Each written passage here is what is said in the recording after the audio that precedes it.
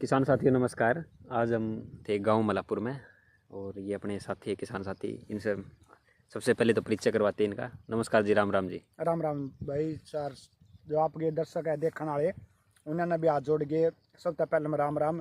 जो अपना मान लो इतना कीमती टाइम काट के आपकी वीडियो देखने ला रहे हैं और आपकी के मार भर के वीडियो देखने ला रहे हैं भाई। तो आगे चर्चा ही दिया है भाई मोहित भाई रोहित का जो आपने आज पधारे हो इस खेत में, तो उसका भी बहुत बहुत बड़ा धन्यवाद है। तो ये जो कुछ जानकारी है वह शेयर कर लें आपने जितने भी दर्शक गण हैं उनके गले। तो हम किसान साथियों बता दें, वहाँ ये अपने जौ की फसल लगा रखी है और जो रिकमेंडेड टाइम रहता है वो आपको पता ही है कि अक्टूबर के अंदर होता है। 15 से 30 अक्टूबर के बीच लगाते हैं। और कुछ वेराइटीज़ ऐसी है कि नवंबर के अंदर भी लगाते हैं, 15 से 30 नवंबर के बीच में लगा लेते हैं। और जो दिसंबर के अंदर जो वैरायटी लगाते हैं, जो जौ की वैरायटी होती है, वो लेट बोली जाती है। मतलब जो अक्टूबर नवंबर के अंदर जो फसल लगनी थी, जो दिसंबर के अंदर जो फसल लगी है, उसके कंपेयर में उसको लेट बोलेंगे, लेट सोइंग वैरायटी बोलेंगे।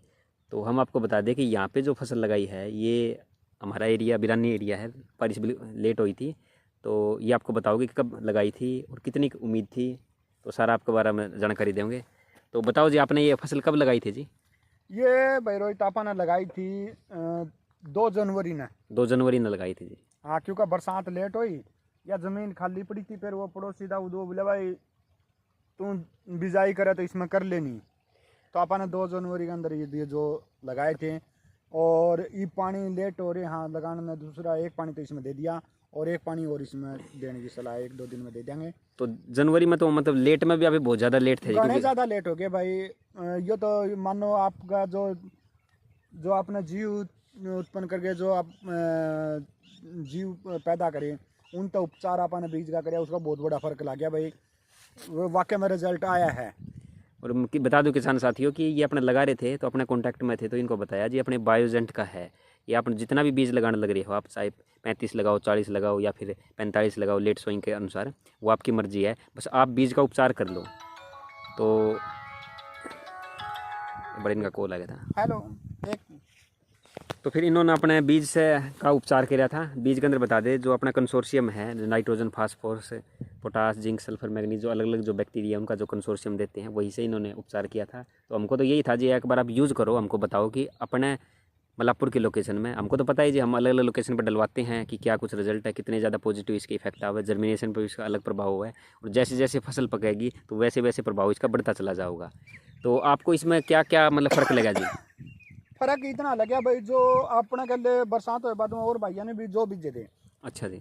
लेकिन वो जो बीजे उन्होंने तो उसके अंदर आप जाते वक्त राह में उसकी वीडियो बना के वीडियो बीच में जो क्लिप डाल सको। तो आज वो जो एक कम और जोर मार के कम और न्यू मान के चलो इस आधे भी नहीं है। अच्छा, इनसे आधे भी नहीं है जी? हाँ, और यो जो हमारा अनुमान था जो ये बिजाई हो जाए 12 का पहले हफ्ता में या 12 लग जाए तो इसमें ज़बरदस्त रिजल्ट आओ। माने पता था भाई कम से कम किला के हमें 50-55 मन जो आराम से निकालते हैं।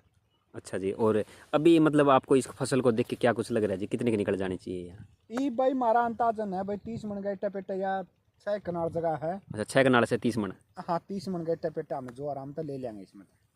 किसान साथियों बता दें, वहाँ कि जो अपने जनवरी का टाइम था, हमारा बारिश हुई थी, तो उसी टाइम लगाए थे। गाँव में कुछ लोगों ने चने भी लगाए थे, कुछ लोगों ने जौ भी लगाए थे। तो 2-3 साथी कॉन्टैक्ट में आए थे तो उनका बीज का उपचार कर दिया था। कुछ साथी ऐसे थे कि जो कॉन्टैक्ट में नहीं आए थे, तो उनके साथ में कंपैरिजन से पता लग जाएगा। और बाकी रही बात वैरायटी की जी, बीज कौन सा था, गाँव के अंदर वही कॉमन सा बीज होया करे, चाचे ताऊ भाई भतीजे आपस में ले लिया करा और आप लगा दिया करा। तो पर्टिकुलर को वैरायटी का तो कोई ज़्यादा फर्क होता को नहीं। भाई ये बात सीधी है रोहित, इसके बीच में मैं थोड़ा सा बोलना चाहूँगा हाँ जी। कि जो बीज अपना है, हाँ जी, जो बीज अपना है। हाँ, जो प्राकृतिक चाले आने वाले है तो उसका तो देखो कंपेरिजन किसी चीज़ के गले नहीं होता। बिल्कुल बिल्कुल जी। और उस तभी बढ़िया बीज वो है जो माँ की गोद में सुरक्षित पड़ा है, जो जमीन के अंदर पड़ा है। वो 2 आंगल बूंद में जमन ला रहे हैं और 2 आंगल बूंद में इतनी परवरिश लेने ला रहे हैं कि बीज उसका बढ़िया तरीका तक कम उत्पन्न होने ला रहे थे। अपने बुढ़िए थे जो वो बीज जो घास का बीज जो जमीन में पड़ा उसी कंडीशन में घर का बीज भी रख लेंगे, माटी में डाल के और आगे बिजाई कर देंगे, तो वो उसने साल भरते उस बीज ने ताकत मिले जाया करती। देखो उसकी तो और नहीं। अब नई नई कंपनियां बीज आ गया तो उसका खातर भाई के कैस का वो तो देखो उनके कर्म धर्म उनका दुरा है, जमींदार हैं जमींदार दुरा है। लेकिन जमींदार और फसल और फसल का क्षति जीव नहीं है तो कुछ भी नहीं है। ये बीज के सत्ती अपन ने जीव दे दिए जो जोया न चाहिए थे भाई, जो ना जो मान लो भोजन देगा वह जीव अपन ने इसके जड़ में छोड़ दिए बीज के गले। हाँ बिल्कुल, उन्होंने आप ही कॉलोनी बना ली, कॉलोनी बना ली तो एक कमर बढ़िया सूत्री तरीका पैदावार होने ला रही है। बिल्कुल बात सारी यही है जी। देखो आज बता दें किसान साथियों कि अपने जो खेती के अंदर हमारी जितनी भी जो कंपनीज है, जितना जो मार्केट है, वो सारी आपको न्यूट्रिशन डलवा रही है। कोई यूरिया डलवा, कोई फास्फोरस डलवा या कोई पोटाश डलवा होगा। आजकल तो हालात ऐसे भी है कि ऊपर से फोलियर स्प्रे देने लग रहे हैं। NPK का स्प्रे दे दो, कैल्शियम मैग्नीशियम बोरोन का, इनका मल्टी न्यूट्रिएंट का स्प्रे दे दो। तो फोलियर स्प्रे का हम बता दें, एक बार स्प्रे करने के बाद उसका बस मैक्सिमम 20 दिन 25 दिन महीने तक प्रभाव रहता है। उसके बाद फिर वो पौधा उसी स्टेज के अंदर चला जाता है। किसान साथियों, जिस प्रकार हम इंसानों का जो काम चलता है वो पेट में से चलता है, हम कुछ भी खाते तो अपना शरीर के अंदर लगता है, उसी प्रकार मल्टीविटामिन लेके हम काम नहीं चला सकते। तो फसलों के अंदर भी यही है कि हम ऊपर से फोलियर स्प्रे देके, न्यूट्रिशन के स्प्रे देके ज़्यादा लंबे तक नहीं चला सकते अपनी फसलों को।